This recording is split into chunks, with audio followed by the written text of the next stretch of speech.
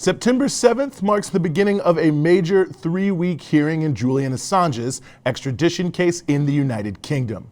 The former WikiLeaks publisher is facing extradition to the United States to face a range of charges here related to alleged espionage and computer crimes, which at their foundation are based on WikiLeaks' publication of major revelations about U.S. war crimes and imperialist practices. And these charges have been widely denounced as an unprecedented criminalization of journalism and free speech. WikiLeaks, after all, is not a hacker organization. It publishes leaks that are sent to it, and moreover, it is based overseas, and Assange is an Australian citizen. Yet, despite all of that, he is facing extradition to the United States for so-called espionage. What are the charges? Among them are 17 counts under the Espionage Act and also conspiracy to commit computer intrusion related to a range of events from 2009 to 2015, including leaks that originated from Chelsea Manning, exposing U.S. war crimes in Iraq and Afghanistan, and WikiLeaks' assistance to Edward Snowden after his blockbuster release of NSA spying documents, as well as WikiLeaks' release of documents from the private security firm Stratfor, which hacker and political prisoner Jeremy Hammond was arrested and continues to be imprisoned for. Civil libertarians have warned of a profound threat to journalism. The ACLU noted, quote, "For the first time in the history of our country, the government has brought criminal charges against a publisher for the publication of truthful information. It establishes a dangerous precedent that can be used to target all news organizations that hold the government accountable by publishing its secrets." And this, of course, is really the heart of the matter. WikiLeaks, for just over the past decade, has published a wide-ranging set of documents in a significant number of languages about a fairly broad number of countries and political figures, peeling back the curtain of American, among other countries, statecraft, spycraft, and political intrigue. Let's take a closer look at what WikiLeaks has actually revealed to understand not only the prosecution itself, but the implications of this trial not only for all journalists, but all people who care about free speech and holding accountable the institutions of the rich and powerful. WikiLeaks skyrocketed into the public view in 2010. Private Chelsea Manning had given WikiLeaks a large tranche of diplomatic cables and military documents and files, including a video showing 2 Reuters journalists being killed by U.S. troops. The video, from the vantage point of an Apache attack helicopter involved in the engagement, showed that the U.S. government had outright lied about what took place there. The video showed that the 2 Reuters journalists were in a group of people. One, perhaps a few people had weapons, which of course was completely common for Iraq at that time. The group was milling about on a street corner, and as The Guardian reported about the video, quote, "One of the helicopter crew is then heard saying that one of the group is shooting. But the video shows there is no shooting or even pointing of weapons. The men are standing around apparently unperturbed." The audio captures the aftermath as the pilots laugh about strafing the crowd, bragging about hitting some of the people. Next, again as reported by The Guardian summary of the video, quote, "One of the helicopter crew is heard wishing for the man to reach for a gun, even though there is none visible nearby. So he has the pretext for opening fire, saying all you gotta do is pick up a weapon.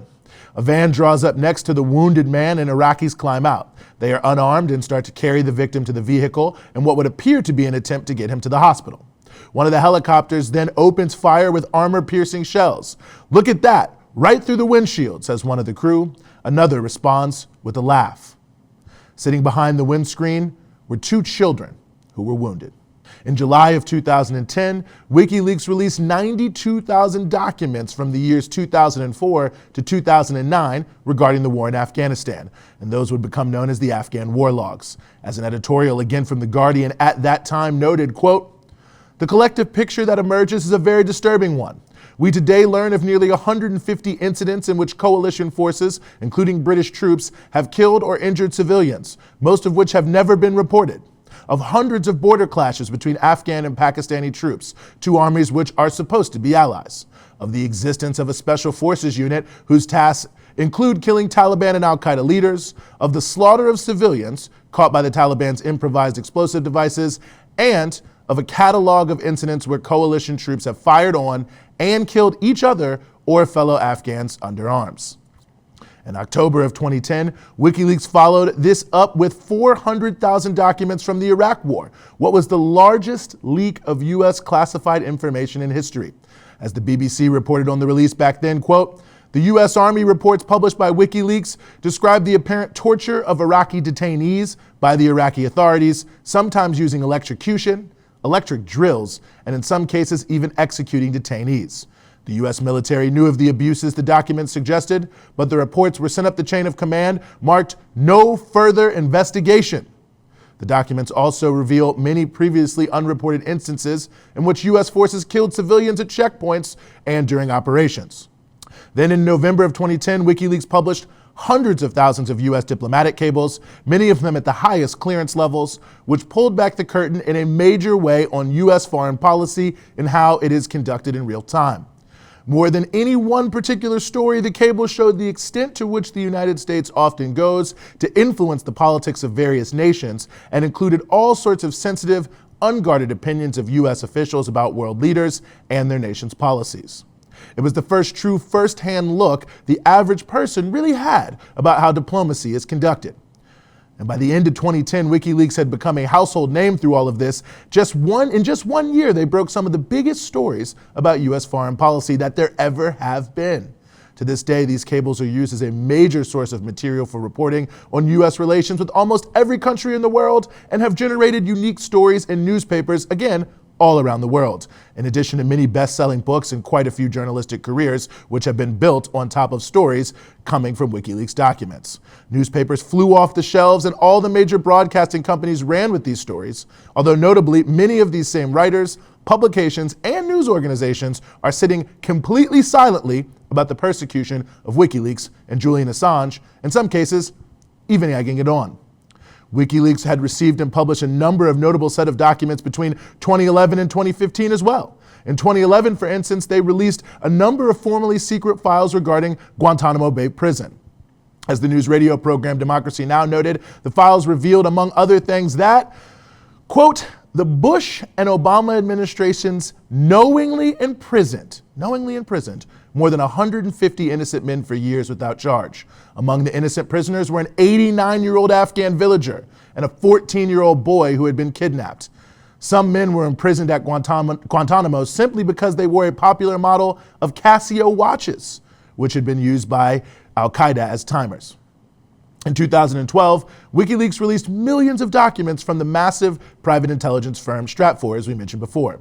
That, among other things, these documents revealed how corporations hired the company to spy on activists and how they were creating campaigns to smear critics of large corporations.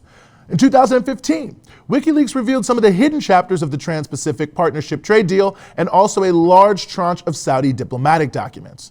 And in 2016, famously now, WikiLeaks released emails from Hillary Clinton, top Democratic officials John Podesta, and the Democratic National Committee that upended the U.S. political landscape.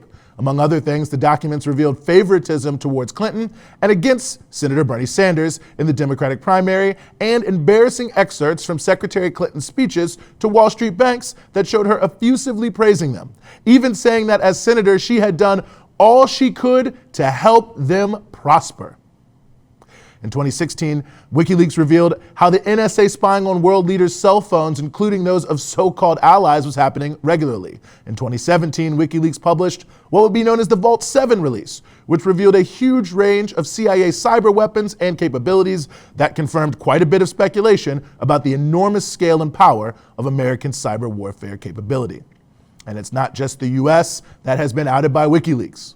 Along the way, WikiLeaks has published a range of other documents, including information on mass surveillance done by the Russian government, information from the German parliamentary inquiry into intelligence collaboration between the German BND and the NSA, documents detailing the scramble for uranium mining contracts in the Central African Republic, a large tranche of emails from Turkey's ruling party, classified reports about EU operations against refugees. Confidential UN reports were also published by WikiLeaks as well.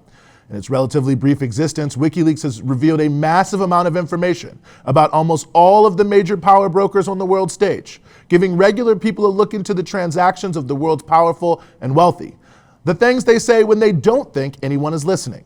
Is it any wonder then that the US government is doing all it can, with the assistance of the United Kingdom, among other nations, to send a message to the world that anyone who dares expose the darkest crimes and most contemptible secrets of the rich and powerful will have to pay a price? So this case is, on its surface, about Assange as an individual. And much of the coverage we're seeing is aimed at that, getting people to debate the case on those terms, Assange the individual. But that's not really what this case is about. It's about punishing and intimidating media outlets that dare rebel against the empire, and that involves all of us.